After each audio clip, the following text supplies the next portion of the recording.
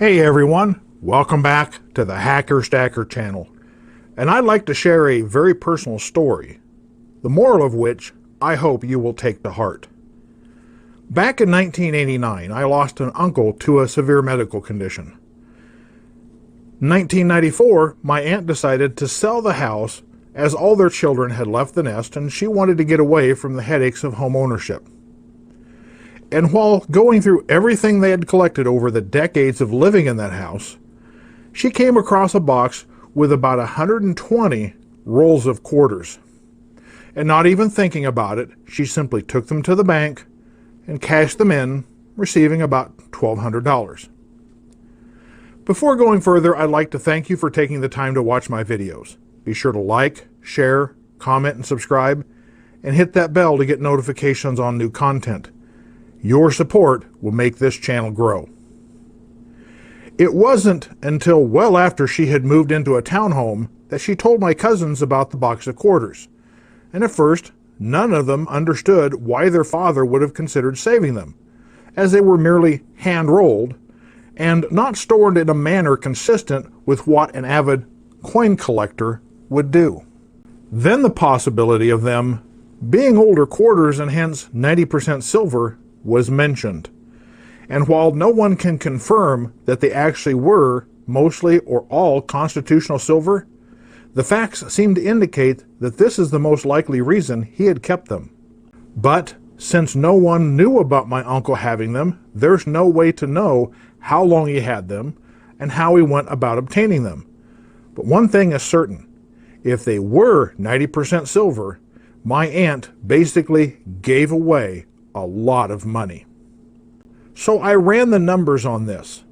While 120 rolls isn't a solid confirmed count, that's the number she recalls as being in the neighborhood. So let's use 120 rolls of quarters and do the math. 120 rolls of quarters, each roll being 40 coins, comes up to 4,800 coins. Using the standard value of $1.40 per ounce of silver, that works out to approximately 857 troy ounces of silver. In 1994, the price of silver was about $5.29. Multiply that by 857, works out to $4,534. And that is $3,334 lost right off the bat. Now, let's assume she did recognize them as silver and either kept them or divvied them up amongst her and her 3 children. And those 4,800 quarters are still in the family. At today's spot price of $23, that is $19,711. A far cry from the $1,200 that she got from the bank back in '94. And the mind starts to race about the fate of those quarters. Did someone at the bank recognize them for what they were and bought them for face value? Did they sit in the vault until some coin roll hunter came along, purchased them, and got home with a huge score? Or did they simply get put back into circulation with local businesses that started blindly handing out junk silver to every cash-paying customer? The moral of this story is simple. While I do advocate keeping a low profile about your stacking, keeping it a total secret from everybody may result in a similar fate for your stack. So make sure someone you know and trust not only knows about your stack, but also educate them about the location or locations of it or them, as well as the value of your stack.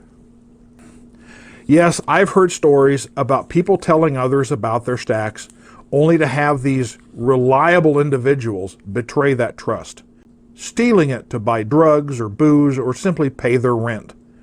So be very selective with whom you trust this information. Being a close family member is no guarantee they can be trusted. But surely there is someone in your life, family or not, with which you can endow this trust upon. And if nothing else, break your stack into 2 or even more smaller stacks and let different people know about the various portions independently. But whatever you do, The goal is to preserve the integrity of your stack as a whole.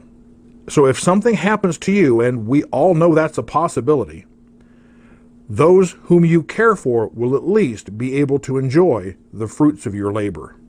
So keep on stacking, and I'll see you in the next video.